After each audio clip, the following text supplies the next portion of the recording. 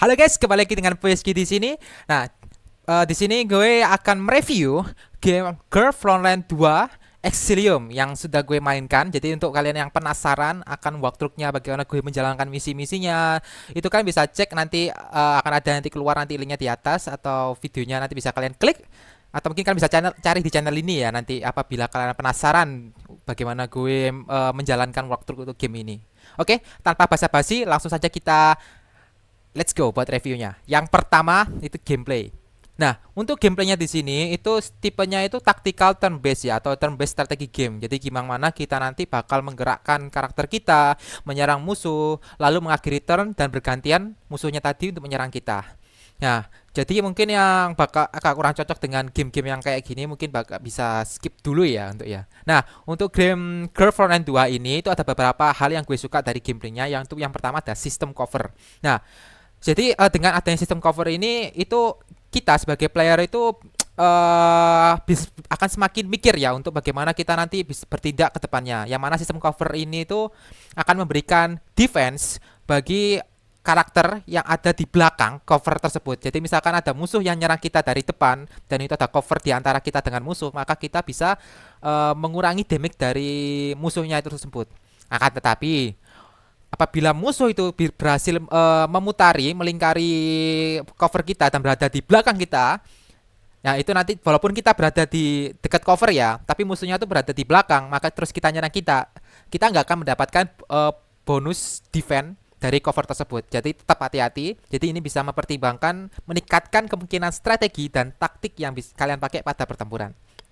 Nah, selanjutnya di sini tuh untuk jumlah skill per karakter itu ada banyak. Jadi itu ada tiga skill aktif, skill pasif, dan basic attack. Jadi ada 5 tombol yang bisa kalian klik untuk setiap karakternya. Akan tetapi setiap karakter pada setiap turn itu hanya bisa mengeluarkan skill atau menyerang satu kali. Jadi kalian nggak bisa misalkan habis gerak, lalu kalian habis nyerang musuh dengan skill satu, lalu kalian selanjutnya itu bakal nyerang musuh pakai skill 3, nggak bisa. Jadi kalian nggak bisa nyerang satu kali aja.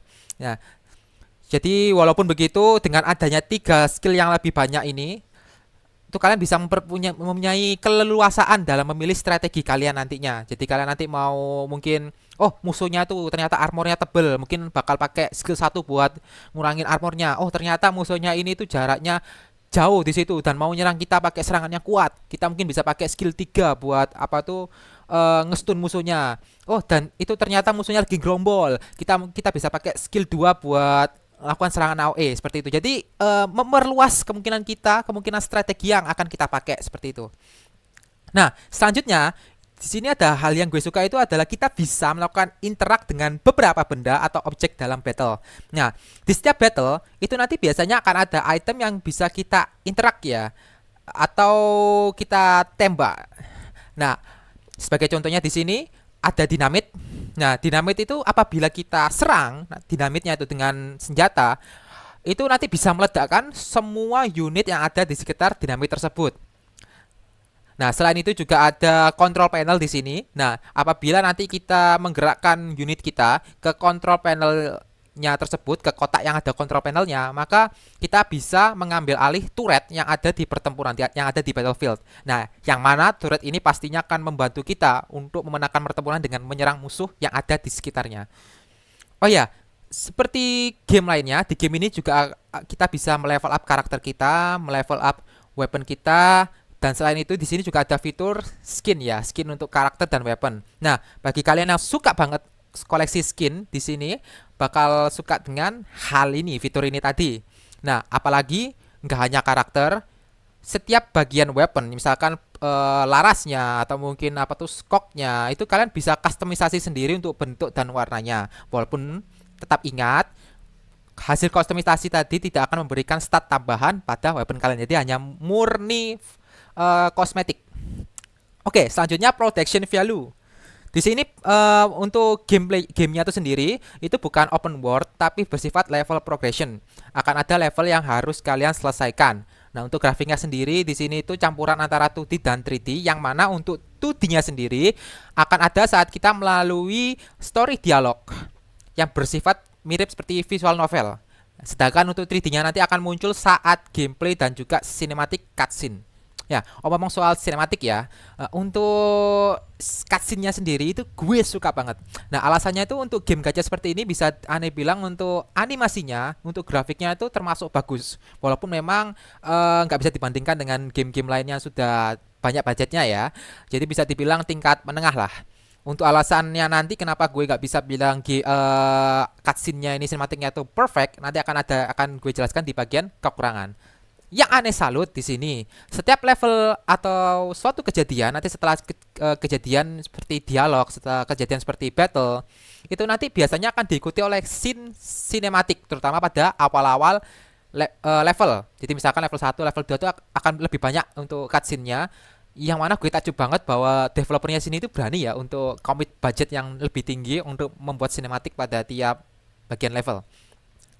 Selanjutnya yang ketiga itu ada musik atau OST. Nah, menurut gue untuk musik dan OST di game ini tuh enjoyable di telinga. Memang mungkin nggak sewah game-game lainnya, tapi tetap nggak sampai gue itu harus mute lah buat main game ini. Nggak.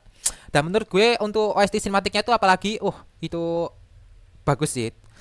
Untuk aneh sendiri tuh terutama untuk cutscene sinematik kedua itu saat mobile base kita diserang, spoiler, itu melodinya itu bagus sih. Menurut gue suka banget sama melodinya.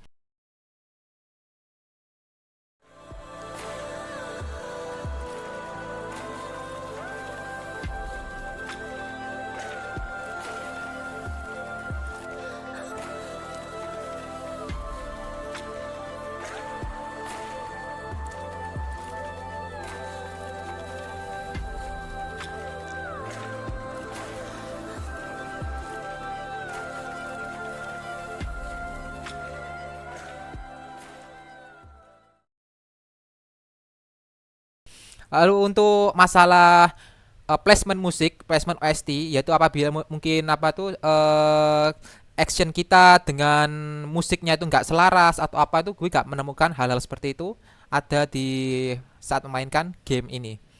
Lalu selanjutnya untuk story, ya untuk story game di sini itu sudah aneh jelaskan pada bagian production value. Di sini nanti akan bersifat level, jadi bukan open world, bukan semi open world, dan nanti sistem ceritanya itu seperti visual novel. Tapi kalian gak perlu khawatir, mungkin untuk kalian yang malas baca, karena dialog story ini nanti akan ada voice overnya. Jadi lebih apa ya, lebih enjoy, lebih mendalami nanti buat kalian yang ingin menyimak storynya. ブリーフからの環境情報にはそんな警告はなかったわね。ほう、運がいい。試してみるか。何言ってるんですか、指揮官。電動設備と通信設備が壊れちゃってるんですよ。コントロールシステムは何とか持ち直しましたけど、倉庫のパーツは人形の素体も含めて全部破壊し尽くされちゃったんです。分かってるんですか？ Nah, lalu untuk lore-nya sendiri dan ceritanya sendiri dari story-nya gimana, Bang? Nah, disclaimer dulu ya. Gue di sini baru selesai chapter 1, jadi gue hanya bisa komentar untuk chapter 1-nya saja. Nah, untuk cerita dari chapter 1 ini, untuk game yang baru rilis bisa gue bilang standar lah. Nggak sampah, tapi juga nggak top tier juga. Walaupun begitu, menurut Ane, story dari game ini tetap menarik untuk diikuti. Apalagi untuk pacingnya sendiri itu nggak ada masalah ya. Jadi nggak ada tiba-tiba tuh kecepatan lalu tiba-tiba melambat, seperti itu nggak ada. Jadi stabil untuk pacingnya, nggak kacau dan juga nggak beraturan. Jadi aman. Gue di sini nggak mau bahas terlalu dalam untuk storynya sendiri karena nanti takutnya gue spoiler. Jadi bagi kalian yang penasaran untuk storynya seperti apa, mungkin kalian bisa langsung mainkan aja gamenya. Selanjutnya adalah gacha. Untuk sistem gachanya di sini nanti akan ada beberapa banner ya guys, yaitu beginner banner, standard banner, dua limited banner, dan dua limited weapon banner. Untuk beginner bannernya sendiri itu nanti akan ada 50 PT, jadi PT-nya nanti akan ada 50 dan sama seperti game gacha lainnya akan setelah kalian dapat bintang 5 di situ maka bannernya akan hilang. Untuk standard banner dan limited karakter banner di sini itu nanti akan ada 50-50 ya, tetap sistem 50-50 nanti tetap ada dan juga PT-nya nanti ada 80 full. Nanti setelah 80 full kalian baru bisa dapat karakter bintang 5. Tapi Apabila kalian baru pertama kali gacha itu masih 50-50. Jadi bisa dapat karakter limitednya atau enggak. Nah, untuk weaponnya gimana bang? Untuk weaponnya bang, apakah guaranteed atau sama 50-50 juga? Nah, sayangnya di game ini untuk weapon bannernya itu ada 50-50-nya ya guys. Jadi walaupun kalian itu nanti misalkan butuh weaponnya, jadi kalian nggak bisa langsung dapat seperti itu, nggak kayak di WoA. Nah, walaupun PT-nya di weapon banner ini lebih sedikit ya, yaitu hanya 70, tapi aku rasa nggak beda-beda jauh kan sama karakternya yaitu 80, hanya beda 10 pul aja. Oke, selanjutnya langsung ke event and progression. Nah, untuk event di sini karena game baru akan ada bonus login gratis 1 kali pool. Nah, jadi karena di sini nanti akan ada 2 event yang serupa, jadi tiap harinya kalian akan mendapatkan minimal 2 kali tiket gacha limited karakter. Sebenarnya nggak karakter juga sih, kalian bisa gacha di weapon banner juga. Nah, selain itu di sini juga ada bagian untuk trial karakter. Apabila kalian ingin nyoba karakter sebelum kalian gacha, bisa kalian coba di situ, ada bagiannya di bagian event. Lalu di sini juga ada pemberitahuan tentang skin yang terbaru di sini. Nah, untuk kalian yang mungkin ingin membeli skinnya, kalian nggak perlu gacha karena di sini kalian tinggal langsung beli aja, jadi nggak ada sistem gacha buat skinnya. Di game ini juga ada misi progression yang mana bisa kalian selesaikan, dan nanti setelah selesai kalian bisa mendapatkan hadiah yang berupa diamond dan juga berupa tiket gacha. Di sini juga ada hadiah untuk setiap 10 level nanti akan ada diamondnya seperti itu. Nah, selanjutnya nanti yang terakhir ini ada kekurangan dan deal breaker. Di sini ada beberapa hal yang gue harus garis bawahi ya guys, apabila kalian ingin main game ini yang mungkin bikin kalian itu nggak betah, nggak enjoy atau bahkan jengkel dan bosan ketika main game ini. Yang pertama yaitu game ini itu memakai sistem level progression. Jadi nanti per level, bukan semi dan open world. Jadi perlu diingat lagi ya guys ya. Nah, sebenarnya menurut Ane sendiri itu sistem itu bukan masalah ya. Apakah tapi bagi mereka yang ingin explore, yang mana gamenya itu bisa explore daerah sekitar, mencari chest dan sebagainya dalam bentuk dungeon atau semi open world seperti HSR atau true open world seperti Genshin dan WoA, mungkin game ini nggak cocok ya buat kalian ya. Jadi mungkin kalian bisa skip untuk yang nggak suka dengan tipe progression yang seperti ini. Nah, selanjutnya di sini ada dealbreaker kedua. Ini menurut Ane pribadi itu karakter objek yang bergerak itu kurang menyatu dengan environment-nya pada cinematic 3D. Nah, jika kita bandingkan dengan game lain seperti ASR, Genshin, dan WoA, gue merasa bahwa ada bagian yang kurang mulus pada cinematic cutscene-nya. Nah, kurang mulus ini maksudnya gimana bang? Nah, saat cinematic itu ada kesan bahwa objek atau karakter dengan background, tanah, atau bahkan dengan objek lain atau karakter lain itu kurang menyatu. Nah, hal ini sebenarnya pada 2 cutscene pertama, cinematic pertama itu nggak terlalu kentara, nggak terlihat juga.